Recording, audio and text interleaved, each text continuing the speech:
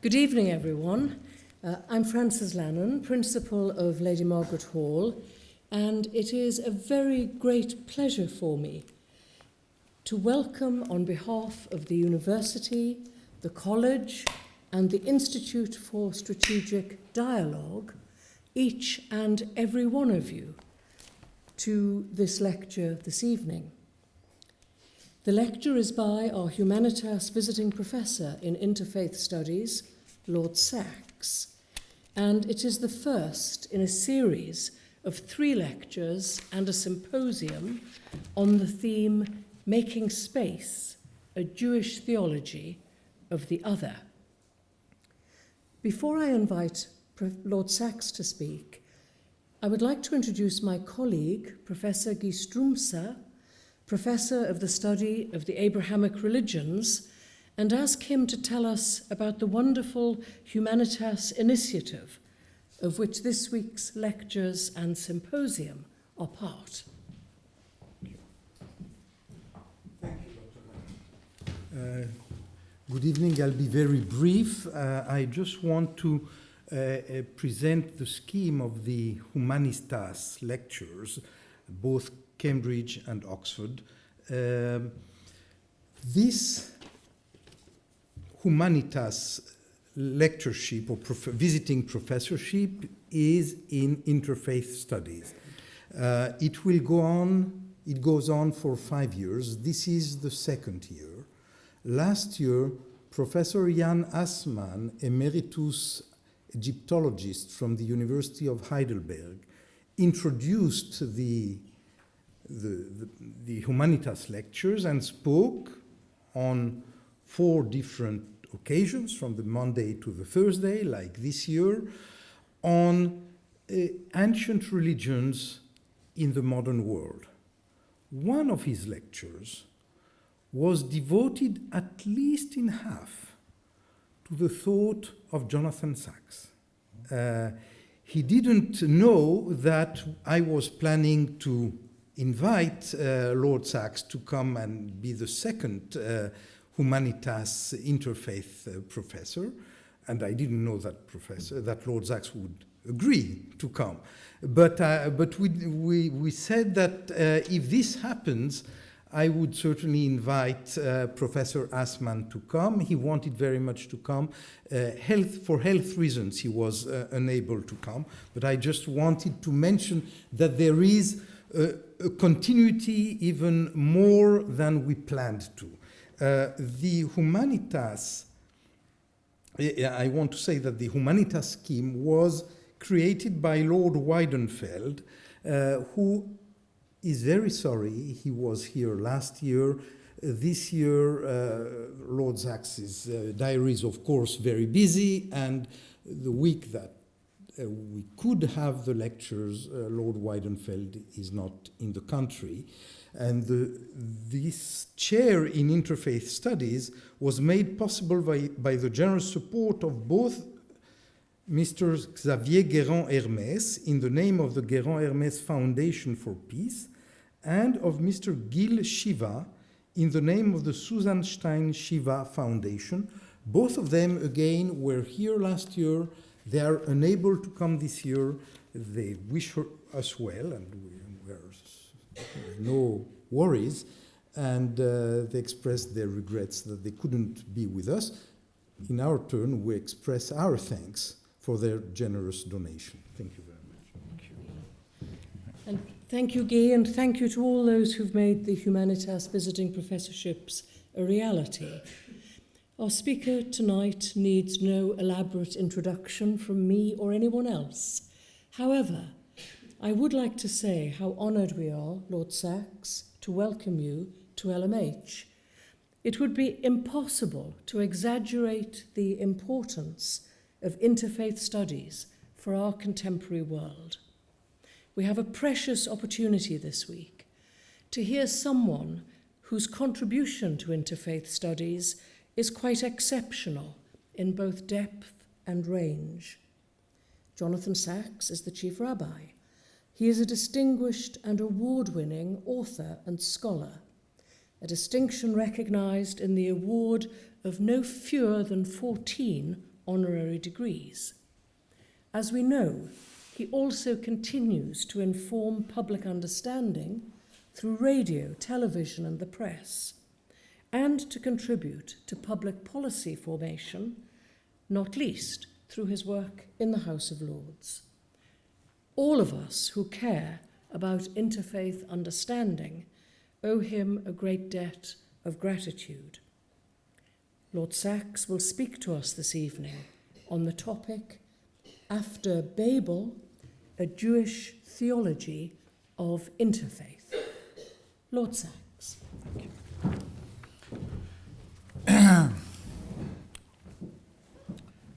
Principal Professor Strumser, friends, it is an enormous privilege for me to be with you here this evening, to be privileged to sit in the same room as Dr. Francis Lannan, Principal of Lady Margaret Hall and Pro-Vice Chancellor of Oxford University. Professor Lannan, it's very humbling for me to be here, and I thank you for the invitation. I thank Professor Strumser and the Humanitas lectureship and Oxford University and the Institute for Strategic Studies. In particular, I thank Lord Weidenfeld, and I just share with you a little snippet that I caught in the Times a couple of months ago. Do you know, the Times has this little thing where it lists everyone who has a birthday today, and it profiles one of the people who have a birthday that day. And 3 months ago, it profiled Lord Weidenfeld, who was just celebrating his 92nd birthday. And they asked him, Professor Weidenfeld, Lord Weidenfeld, most people, as they reach the age of 92, think of slowing down. You seem to be speeding up. Why is that? And he replied, when you get to be 92, you can see the door beginning to shut. And he said, I have so much to do before the door shuts that the older I get, the harder I have to work. Now, we should all be like that at the age of 92. So for the irrepressible and effervescent Lord Weidenfeld, I thank him for the whole concept of these lectures, and let me kick off, as it were, with the first of three on making space for the other. I want to begin because I have so much ground that we have to cover in this first lecture, and I'm going to do so really in shorthand, but let me begin by sketching out the road that I want to travel. Now, I take it for granted that every single sentence I say for the next 50 minutes can be challenged, and there are counter-arguments.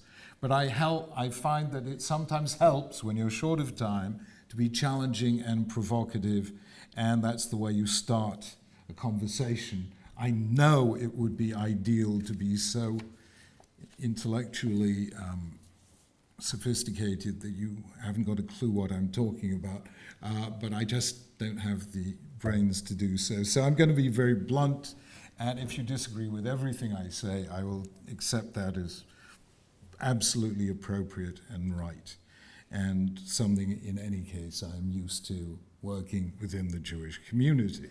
So, let us begin. Proposition 1. The good news about religion is that it's about God. The bad news about religion is it has to be lived by us, frail and fallible human beings. And though we are made in God's image, sometimes we forget that other people are as well. And the result is, as I have had occasion to say in the Lord's recently, that there have been occasions when religion has led people to hate in the name of the God of love, wage war in the name of the God of peace, practice cruelty in the name of the God of compassion, and murder in the name of the God of life. What is remarkable about the Hebrew Bible is that it candidly acknowledges this from almost the very beginning of the human story. Genesis chapter 4 talks about the first recorded act of religious worship undertaken by the first two human children, Cain and Abel. And the result of that first act of religious worship is violence, murder, fratricide. So far from being what God had in mind, that we read in Genesis 5, a mere one chapter later, possibly the most poignant words in the whole of religious literature. God saw that the inclination of man was only evil from his youth, and God regretted that he had created mankind, vayitatse valibo, and it pained him to his very core. So there is nothing in the nature of religion as such that is proof against humanity's ability to distort it in directions that God never intended and to do harm instead of good. Indeed, something much stronger is at stake, because as the text of the Bible makes clear in Genesis 4, Cain, just before he murders Abel, God realizes that he is on the brink of a terrible crime and warns him against doing so. He says, Haloim tetiv se'et, if you do well, will it not be accepted? But if you do not, then sin is crouching at the door. It desires to have you, but you can prevail over it. So God knows that a terrible crime is on Cain's mind. But he neither intervenes to prevent Cain, nor does his warning to Cain have the desired effect. Cain goes ahead and murders Abel anyway, which led me to the following statement, which I made in the context of the Holocaust. And I said it in these words: if God speaks and human beings don't listen, then even God himself is powerless. Because of God's self-denying ordinance that God places on himself not to intervene to prevent human beings from the consequences of their actions, the terms and conditions of the free will that he grants us as beings in his image.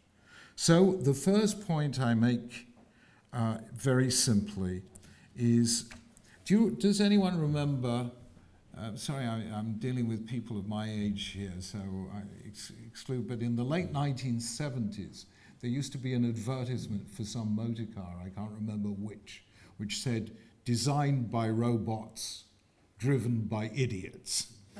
So, I mean, in the spirit of that remark, human beings were designed as the image of God, but they do not always act by the word of God. So, religion is a dangerous phenomenon. And the Bible candidly acknowledges that and says so explicitly at the beginning of the human story. That's number one. Number two, what does it take for religions to pull back from violence? Again, I'm going to be very brief and cryptic and controversial. But it seems to me that for religions to go through that soul searching that leads them to pull back from violence, something has to happen. It is not enough for religions to wage war against its perceived enemies. To that process there is no natural end, except disastrous defeat or total exhaustion. The thing that tends to pull religions back from the brink is when they find themselves killing not their enemies, but their friends. The centuries of war between Christianity and Islam in the age of the Crusades did not lead to a fundamental rethink within either Christianity or Islam. What led to change was the sight of Catholics and Protestants at war across Europe from the Reformation to the Treaty of Westphalia in 1648. That is the thing that made the difference. It is only when Jew kills Jew, Christian kills Christian, Muslim kills Muslim, that there is a profound soul-searching within religion and something new emerges. And that something new is a new and forceful separation of religion from power. And so let me state that second point in a slightly different way. What led to secularization, which began in Europe in the 17th century, was not that people lost faith in God. The heroes, the intellectual heroes of the 17th century, Isaac Newton, René Descartes, believed in God very much indeed. What led to secularization was not people losing faith in God, but people losing faith in the ability of people of God to live peaceably together. And thus the search began in the 17th century in Europe, first for a basis of power, then for a basis of knowledge, then for a basis of civil rights, and eventually for a basis of culture that did not rest on dogmatic foundations, and thus could be shared by anyone regardless of their religious dogma. So that is point 2. Religions pull back from the brink of violence through inner schism and sinat chinam intini sein war. Point number 3. What then happened by the 18th century and the 19th century was the emergence of an intellectual consensus with fateful consequences. And that consensus was that religion was going to disappear. It was deprived of its power, it would therefore forfeit its influence, and one way or another, religion was in intensive care and would not pull out. And you heard that in every self-respecting intellectual of the 18th and 19th century. Laplace says, je n'ai besoin de cette hypothèse.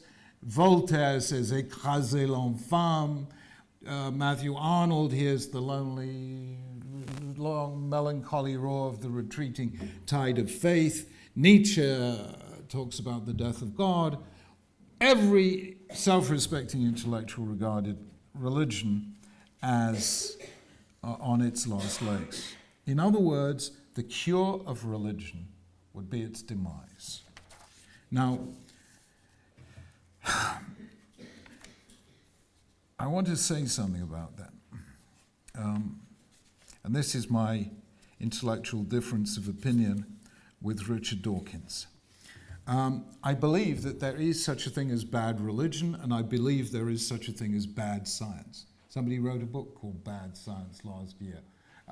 There is such a big thing as bad science. What is the cure for bad science? Good science. It is not no science. So there is such a thing as bad religion.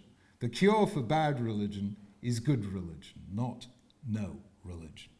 And that is where, I dare to disagree with Richard Dawkins and his American counterpart, Sam Harris. However, the truth is that nobody did that work. Nobody did that work because they thought, we don't need a cure for bad religion, it's going to die. The cure is going to be no religion. I don't want to go at length into what I define as bad religion. I have a chapter on that in my new book called The Great Partnership. Simply, religion contains things called hard texts that we have to wrestle with. I think religion, and this is Professor Strum's speciality, the occupational hazard of monotheism is neither atheism nor polytheism, it is dualism. I think dualism is a profoundly dangerous doctrine. I think messianic politics, the attempt to bring the end of time in the middle of time, is a profoundly dangerous doctrine. I believe the association of religion with power is a dangerous doctrine. So there are 4 or 5 markers of bad religion, but that I write about in the book, so I don't need to talk about today. But by and large, the people who were critical of religion did not see the solution in good religion, they saw the solution in no religion. So, and by and large, those many theologians who dealt with the issues arising out of 18th and 19th century thought did so in relation to religion and science. Now, religion and science, really not a very interesting subject. I even wrote a whole book on it. As I say, it's called The Great Partnership, but it's not a really interesting subject. What they did not deal with is the serious question, which is religion and the other. Whether that is the other within my own faith or the other outside my own faith. And such work has been done on religion and the other has mainly been done since the Holocaust. That Endlösung, the final solution, the horrors of the Holocaust, was what provided the impetus for Interfaith, and it is a profoundly important development. But as I say, once, for the most part, the great religious thinkers of the modern age were confronting the Age of Enlightenment by looking at religion and scientific truth and various other issues, but not dealing with religion and the other. So, point 3, the assumption was that we didn't need to look for good religion because there would be no religion. Point 4, religion didn't die. And that is the extraordinary phenomenon. Already in 1832, Alexis de Tocqueville, after his visit to America, wrote the following words. 18th century philosophers had a very simple explanation for the gradual weakening of beliefs. Religious zeal, they said, was bound to die down as enlightenment and freedom spread. It is tiresome that the facts do not fit this theory at all. What Tocqueville expected to find in America, a land with the First Amendment separation of church and state, was that if religion was deprived of power, it would be deprived of influence. Instead, he discovered that having been deprived of power, religion had a very great deal of influence. Indeed, he called it the first of America's political institutions. The even odder fact is that 180 years later, it still is. Did you know that a higher percentage of Americans go to a place of worship once a week than they do in the theocratic state of Iran? Did you know that? 40% of Americans go to a house of worship once a week, only 39% of Iranians do. And one way or another, religion didn't die. And that is really extraordinary. I mean, anyone know where the fastest growth of Christianity is today? In China, yeah. China, the land that Chairman Mao declared religion-free, there are more people in church on Sunday than there are members of the Communist Party. So religion didn't die. That is the extraordinary fact. It is even more extraordinary if you think about it. Every task once done by religion is now done by something else. To explain the world, you don't need Genesis, you have science. To control the world, you don't need prayer, you have technology. To prosper, you don't need God's blessing, you have economists. Maybe I should reframe that.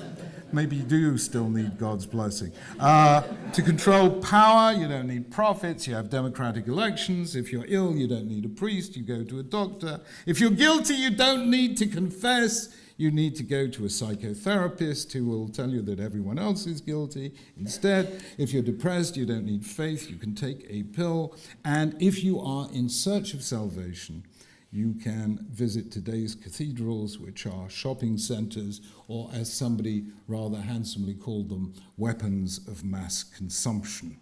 So, here we are with religion superfluous, redundant, and de trop, and yet it survives. And there is surely no doubt that the 21st century is going to be a more religious century than the 20th was. Why is this so? Again, to be very brief, the four great institutions of modernity, science, technology, the liberal democratic state, and the market economy, all four of them are incapable of answering, indeed, in principle, do not answer and will not answer the three questions, fundamental questions that any self-reflective individual will ask him or herself, namely, number one, who am I? Number two, why am I here? And number three, how then shall I live? Those are questions we are almost bound to ask, and there is nothing in science, technology, the liberal democratic state, or the market economy that will answer them for us. Religion remains because Homo sapiens is the meaning-seeking animal. And as I put it very simply in The Great Partnership, science takes things apart to see how they work. Religion puts things together to see what they mean. Religion is not our only source of meaning, but it is our most rich repository of meanings. That is not to say that everyone is convinced that life has a meaning, but nonetheless, the great prophets of meaninglessness, whether they be Nietzsche or Sartre or Camus, or my own doctoral supervisor, whom I admired enormously, the late Sir Bernard Williams. These people, these prophets of meaninglessness, have not proved as compelling an account of the human situation as religious accounts of meaning have. So, if my point 3 was religion was expected to die, my fourth point is religion didn't die and has returned with full force in the 21st century. Meanwhile, the other great ideologies of the 20th century have come and gone. Fascism has come and gone. Communism has come and gone. Secular nationalism has come and gone. Religion has come and stayed. And that is an eventuality no one contemplated. So, number 5, we need new thinking. Specifically in relation to one question: what does faith tell me about the other, the radical other, that is, the one who does not share my faith, my way of life, my culture, my creed, or my code? And it is now clear, I think, that this is quite a difficult problem for religion. Let me explain why. Do we find it problematic that different cultures should coexist? The answer is no, we don't. I enjoy French landscape painting, German symphonic music, Japanese design. I'm sure you all do. The fact that we have multiple cultural allegiances is not problematic. Cultures can coexist, and none threatens the other. So, just as a person can speak many languages without suffering an identity crisis. It is equally clear that some truth claims cannot coexist. Either there was steady state or there was Big Bang, either there were, etc. But somehow you can't imagine people resorting to violence to solve that conflict. I mean, did anyone ever fight anyone over whether Aristotle was right in his critique of Plato's theory of forms? I suspect not. It's just not the thing you fight wars about.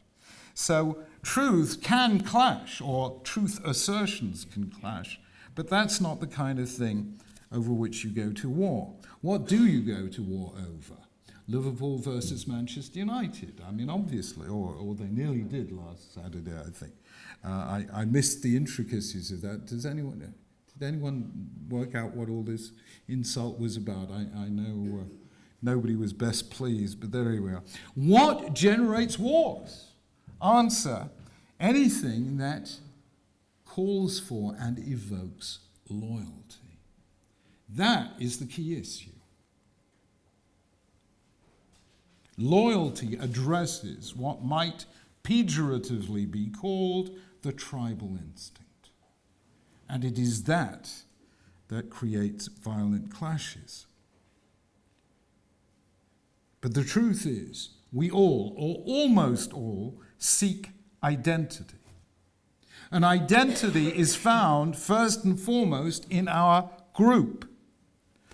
And the nature of a group is that it's bigger than anyone, but it's smaller than everyone.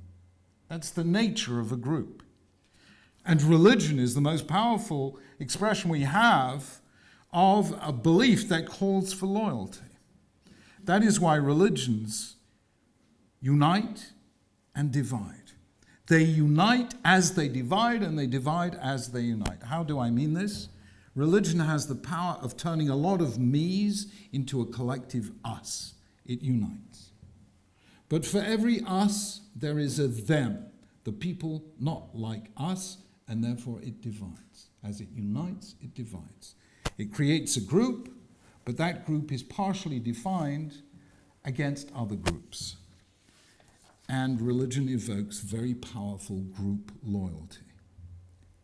And therefore, that is why religion has become, as has always been, a source of conflict in the world. Now, there are two critiques of what I would call loyalty.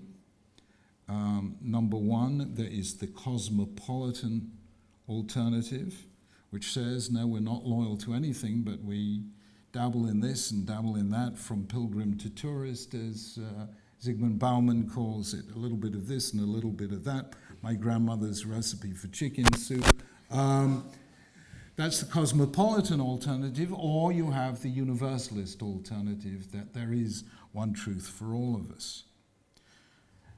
Now, cosmopolitans, for whom I have an enormous, Amartya Sen has written a book on that recently, Anthony Appiah has written a book on it recently. There are lots of books advocating cosmopolitanism, but the trouble is cosmopolitans do tend to congregate in the company of like-minded cosmopolitans. So they are not exactly as cosmopolitan as they really believe. They are also a group of their own.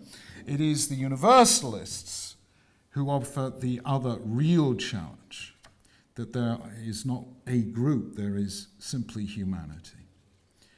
And that is going to be our issue over these three lectures.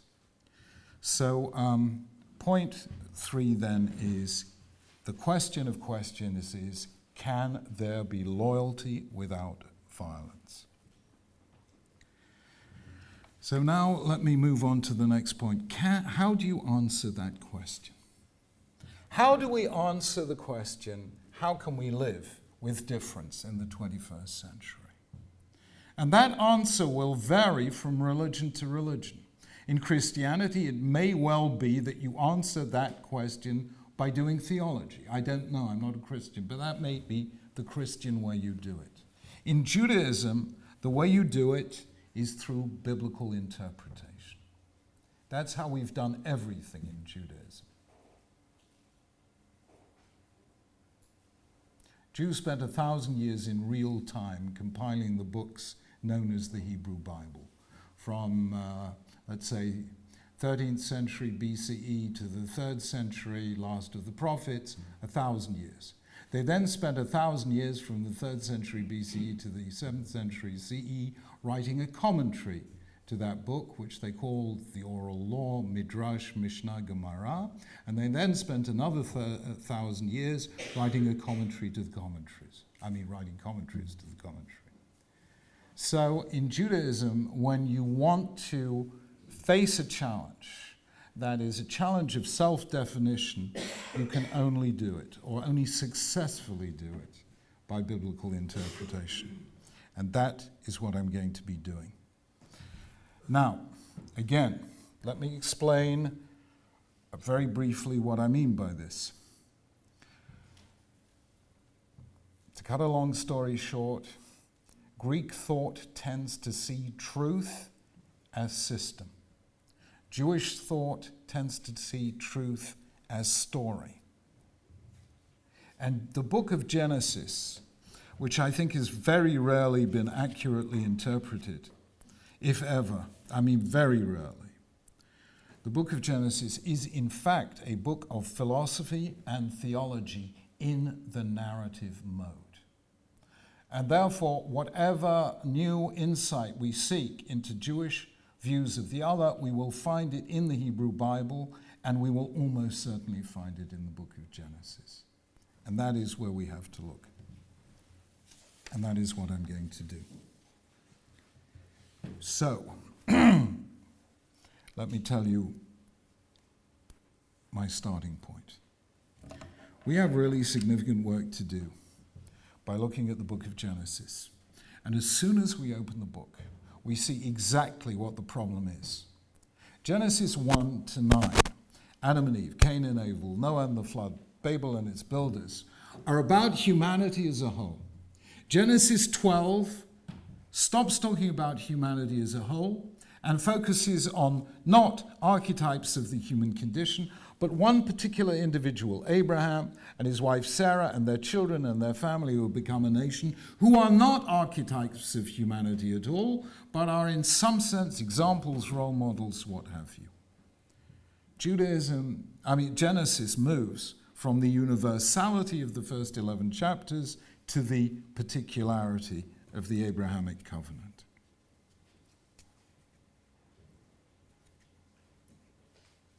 And if you look at those chapters very carefully, you will see something very remarkable, that they are framed fundamentally by Genesis 1 and Genesis 9. In Genesis 1, we are told that God created man in the image of God. In Genesis 9, we are told that God created man in the image of God. Those two chapters frame the human story. How does it work? Genesis 1 tells us how God created the universe. Genesis 2 to 3 tells us how God created humanity. Genesis 4 to 6 tells us how humanity, as my grandmother used to say, if we hadn't phoned her up in the week, bin ich disappointed, and that's about God's value judgment on humanity, bin ich disappointed. So humanity's great disappointment to God, and the result is chapters 6 and 7, the flood. The universe, so carefully created, is decreated. And we are left at the end of the flood with the world as it was in the opening chapter, in the opening verse of Genesis 1, with the earth waste and void and the Spirit of God hovering over the face of the waters. And with Genesis 9, God begins a new human era, a new creation. And that whole symmetrical chiastic structure is framed by the phrase of God creating man in his image in Genesis 1:27 and in Genesis 9, verse 6. But there is a difference. In Genesis 1, God says, let us create man in our image after our likeness, that he may, what does it say? Have dominion over the fish of the sea and the etc., so on and so forth. Genesis 1, it's a statement of power. In Genesis 9, it is a statement of restraint in the use of power. What does it say? He who sheds man's blood, by man shall his blood be shed, for in the image of God created he man. So whereas humanity being created in God's image in Genesis 1 is a statement of human capacity, human power to dominate, in Genesis 9 it becomes a restraint on the human capacity to dominate, particularly dominating others by the use of violence and murder. So we have Genesis 12 with a new beginning, this time not with Noah, but with Abraham. And therefore, the problem we have to face is, what is the link between the human story, which begins with Adam and culminates in Noah, and the particular story which begins with Abraham? What is the linkage? What is the explanation of the change? And the answer to that must somehow lie in Genesis 10 and 11. So we have to take a magnifying glass to Genesis 10 and 11 if we are to get the answer. Now, I don't know if you noticed this, but Genesis 10 and 11 stand in the same relationship as Genesis 1 and 2 and 3. Genesis 1 and 2 and 3 are two ways of telling the same story. They are the story about creation, but they tell it in ways that are radically different. Genesis 1, God said, let there be, and there was, etc., etc. Genesis 2, God plants a garden in Eden and then fashions man out of dust of the earth. And those two creation stories, side by side at the beginning of the Bible, are from completely different perspectives and conflict in many respects. Genesis 1, the first narrative, man's created in God's image. In the second narrative, he's created out of dust of the earth. In the first image, man and woman are created simultaneously. In the second narrative, first man, then woman. A different name of God is used in the two chapters and so on. So you have two pictures standing side by side, but very different. If you now read Genesis 10 and 11, you will find they do use exactly the same literary technique. They tell the same story, but very differently. And what is the story? How one humanity came to be divided into many different nations, cultures, and languages. Genesis 10 tells us how humanity naturally divided into 70 nations, each with their own language. In Genesis 11, we are told the opposite story. It begins with, and all the earth was of one language and shared speech, and then they wanted to build the Tower of Babel, and then God came and confused the languages. Go back, if you have the chance, tonight and read Genesis 10 and 11, and you will see they tell the same story, but they tell it very, very differently.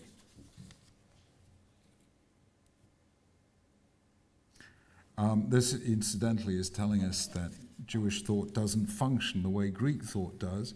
The fundamental principle of Greek thought is the law of contradiction, either P or not P, whereas Jewish thought says P, not P. This statement is true, it's also false, and you come along and you say, how can a statement be true and false at the same time? And then the rabbi says, you're also right. Jewish law doesn't operate on the law of contradiction. Jews have arguments, but they don't have contradictions. Anyway, so Judaism never works. The literary technique of the Bible does not work by creating a consistent and self-consistent system. Jewish thought, or biblical thought, proceeds by carefully constructing a field of tensions. Now, let us step back and look very carefully at the story of the Tower of Babel. The story of the Tower of Babel is a very sophisticated literary artifact. I don't know if you've read the work of J.P. Fockelman. He was the first person to show exactly the literary structure of that narrative. It's chiastic. It begins and ends with the same words, and all the earth was of one language. From there, they were scattered through all the earth. In the middle comes the word heaven. There's a lot of assonance, sham, shem, shamayim. There are a lot of word plays and so on and so forth. So you read that very brief story of the Tower of Babel, and it looks like a literary artifact. The odd thing is that historically it is extraordinarily well grounded in historical fact. The Tower of Babel is a ziggurat. There were 31 Babylonian Mesopotamian city-states that had ziggurats. Most of them carried the inscription, "This is the gate of heaven," or "The top reaches to heaven." The tallest of them was in Babel, and it reached over 300 feet. It was in 7 stories. And not just for centuries, for millennia, it was the tallest man-made structure, for millennia. The Bible uses a wonderful, most people don't realize when they read the Bible that God has a sense of humor. And there's a wonderful use of divine humor in the Babel story, and one we've only been able to understand since the use of aeroplanes. Because the makers of the tower say, let us build a city and a tower that reaches heaven. So there it is. It actually reaches heaven. And then the verse says, Vayered Hashem lirot. God had to come down to see it. Where is this tiny little thing? And of course, only now, traveling at 30,000 feet and looking down at 1,000-foot high buildings, do you realize, yes, what seems so huge to us doesn't seem so huge to God. So there's a wonderful piece of irony. There's only one thing that makes God laugh, which is human beings taking themselves seriously. So, despite this fact, as I say, this is deeply grounded in historical realia. And one major fact shines through, which is that Mesopotamia becomes the first environment in which empires appear. The first environment in which powers conquer other powers and impose their culture on the defeated. And both Sargon and Ashurbanipal II proudly say in triumphal inscriptions, we imposed our language on, so that anyone under their rule spoke, whatever they spoke. I've forgotten. What did they speak? I'm sorry, Ugaritic? I can't remember actually. What? Akkadian. So this was imposed by the imperial conquest, and these early kings, Neo-Assyrian kings, boast of this. And suddenly we realize that is what the statement of the first verse of Genesis 11 is about. This fact, the whole world, the whole land, not the whole earth, the whole land was of one speech and a shared vocabulary, is of an enforced shared speech by imperial conquest. In other words, an attempt to frustrate the natural process, which has already been described in the previous chapter, which talked about the emergence of 70 languages and human diversity. So Genesis 11, the story of the Tower of Babel, is a story rooted in the fact that the one language is not some utopian harmony and some golden age. It is, in fact, what the 19th century Jewish commentator, the Netziv Naftali Tzvi Yehuda Berlin, intuited when he said that Babel is the first totalitarianism. This is not an ideal harmony, it is an imposed uniformity. Babel is cosmopolis.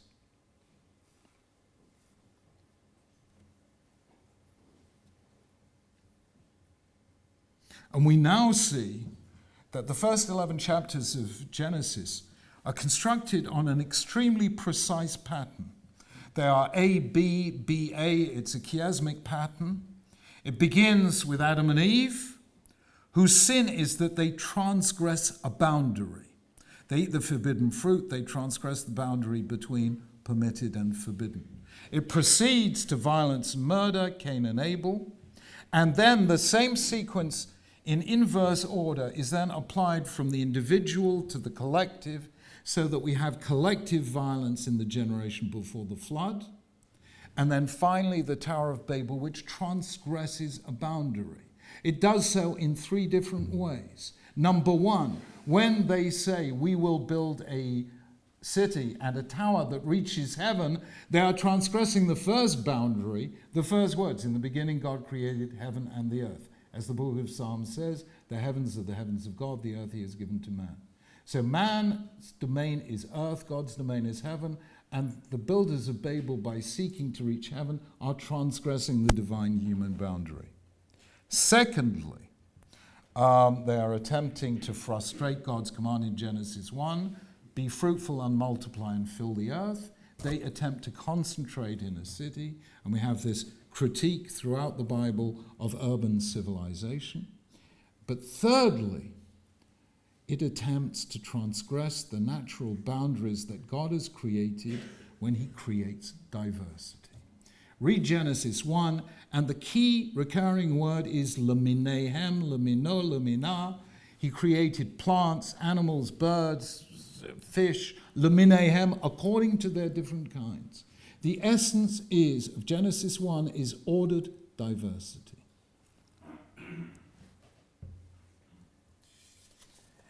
And that is what the builders of Babel are trying, and ordered diversity, and hence you get in Leviticus 19 the prohibition of mixing wool and linen. We know the prohibition of mixing milk and meat, sowing a field with different kinds of grain, and so on. This is the priestly ontology, ordered diversity. And by attempting to suppress the individuality of those nations they conquer and their distinct languages, the Mesopotamians, the builders of Babel, transgress that boundary which God has created. In other words, biodiversity in Genesis 1, human diversity in Genesis 10.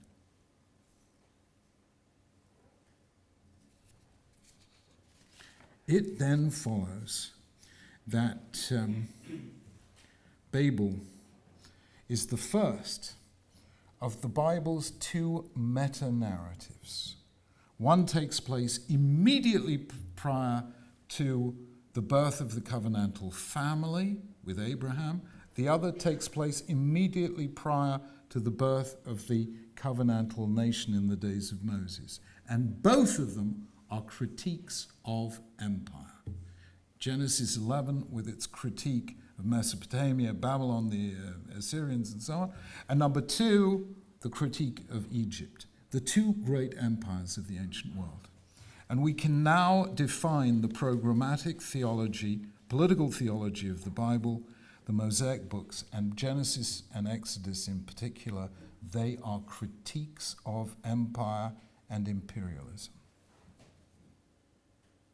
We sometimes forget, because Judaism is quite old, that the Bible presents Judaism or Abrahamic faith as a latecomer, not as the original faith of humanity. By the time Abraham appears, Mesopotamia is already old. By the time Moses appears, Egypt is already old. Jews are portrayed as latecomers, and the Judaic project is a critique of empires and imperialism.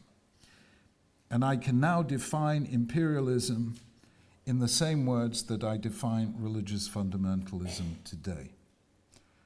Imperialism, like fundamentalism, is the attempt to impose a single truth on a plural world. If this is true, then we do not have to search far for a theology of the other in Judaism. Judaism itself begins with a theology of the other. It is the radical otherness of God that is expected to lead us to respect the radical otherness of different languages, nations, and cultures.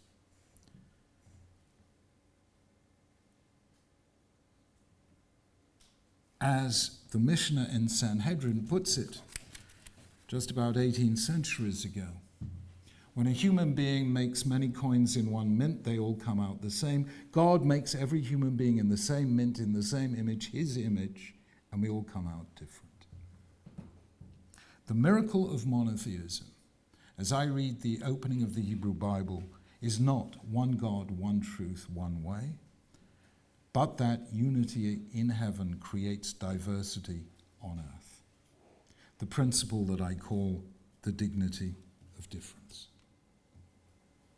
And it is the attempt of the builders of Babel to suppress that diversity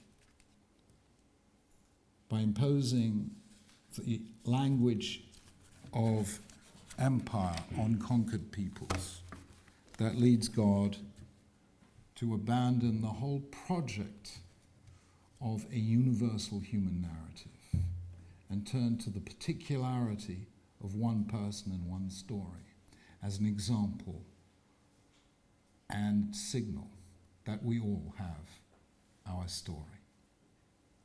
So I hope that is a good starter for some angry or anguished questions, but there it is. I have begun at least by showing how the Bible in Babel sets the tone for the dignity of difference.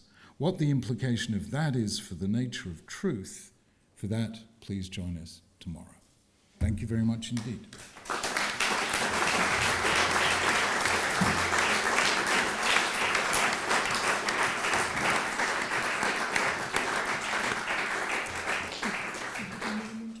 Sure. Lord Sachs, thank you for such a wide-ranging talk, one with so many challenges for us to think about, and also, I think, a kind of optimism that challenges us as well. Lord Sachs has a tight schedule this evening, tighter, I think, than it will be on the next two occasions, but we have a few minutes for questions. So, would anyone like to start us off? If not, I will come right in. I'm going to begin then, if I may. My question is about otherness and also your second point about how religions can learn to step back from violence and how they might do that when friends practice violence against friends, and then there's a resistance from that. But I was just thinking about the ways in which great religions seem to be able to reconstruct friends as enemies by calling them not authentic Christians, or not authentic Jews, or not authentic Muslims. And I wondered how that creation of new othernesses within religious traditions, how that seems to you. That's the difficult question. To make friends with my enemies, that's easy. To make friends with my relatives, that's extremely difficult. And there is no doubt that sometimes the intra-religious schisms are more intractable than the inter-religious schisms. There's no question about that. But then, although I'm not you used the word optimism. I tend to use the word hope. I once did a dialogue with George Steiner, and he sent me a little note, which is one of the nicest notes I have ever received. It said, "You made my ignorance seem hopeful somehow." I'm not sure what he meant by that, but it was an extremely lovely sentiment. So I'm full of hope. So here is a hope-inducing sentiment. Jews and Christians have been estranged for the better part of 2,000 years.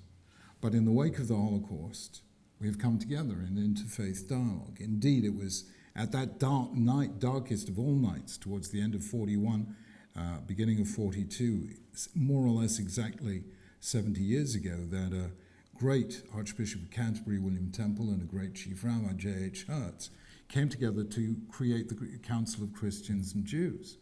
And so, and of course, all chief rabbis, Hertz, Brody, my predecessor, Lord Weidenfeld, and myself, have been Jewish presidents of that.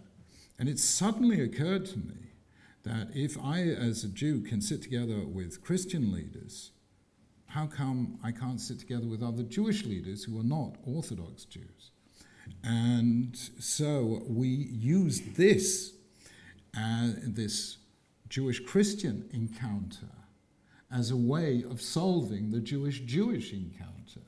So today I sit flanked by a liberal rabbi, a reform rabbi, a Masorti rabbi, and a Sephardi rabbi. There are 5 of us and 5 of them. And so we use the interfaith encounter to ease some of the tensions that are intra-faith. And the same thing happens in the other direction, because the Archbishop of Canterbury, Rowan Williams, sits together with the Archbishop of Westminster, Vincent Nichols, the moderator of the Free Church, the head of the Church of Scotland, and Archbishop Gregorius of the Orthodox Church. So you have tensions there within Christianity which somehow are resolved because you're sitting with a bunch of rabbis. And we have a problem with Judaism which is solved because you're sitting with a whole bunch of bishops. So actually you can use the one arena of friendship to create the other arena of friendship. And it turns out that that synergy of goodwill is immensely creative and problem solving. So if you want to make friends between within a religion, make sure there are some members of the other religion in the room.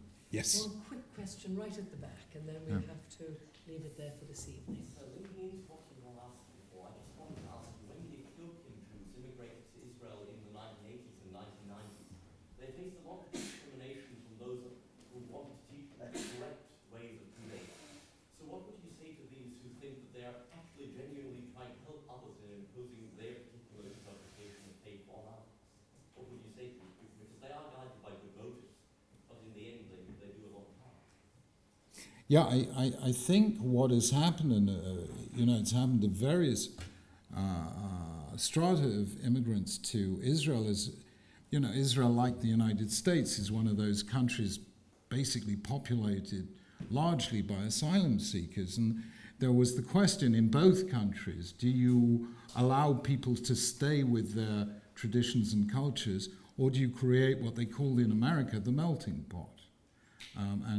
Actually, it was a Jewish playwright called Israel Zangwill who wrote the play called The Melting Pot, which saw that the great thing about America is all those multiple identities that people brought with them from Europe, which led them to kill one another in Europe, they were going to divest themselves of when they came to America, and they could become something altogether new, this new type of person called the American. But of course, several generations later, people felt that actually we want to stay Jewish or Catholic or Amish or what have you. And the same thing exactly happened to Israel, and it happened to the early the early refugees from Arab lands between 48 and 51, the people who came from Yemen, and of course the people who came from Ethiopia. And the first effort was get them to integrate, let them forget they were Yemenites or from Morocco or from Iraq or wherever, and become Israelis. And 2 generations later, that is seen to be a kind of assault on what was a very historically rich form of identity. Ethiopian Jews had a very distinctive identity. Yemenite Jews had a really distinct traditions, cultures, language, cuisine, all sorts of things. So I think that first instinct to, jettison everything that made you Ethiopian or made you Yemenite was done with the best of intentions. But in the end, I think I stick with that phrase, the dignity of difference. And that really is what makes a country beautiful. I mean, you go in Britain now, you can hardly go to an inner city school in any city in Britain and find less than 50 or 60 different ethnicities.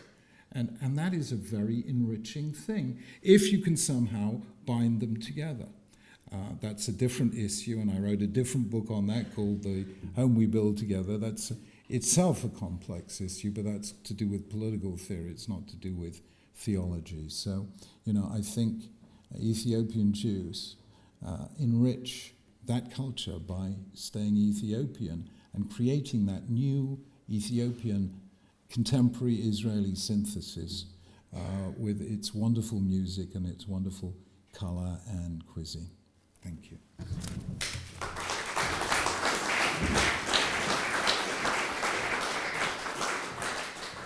We must draw this to an end for this evening. Please join us tomorrow, and let's thank Lord Sachs once more for a very stimulating lecture.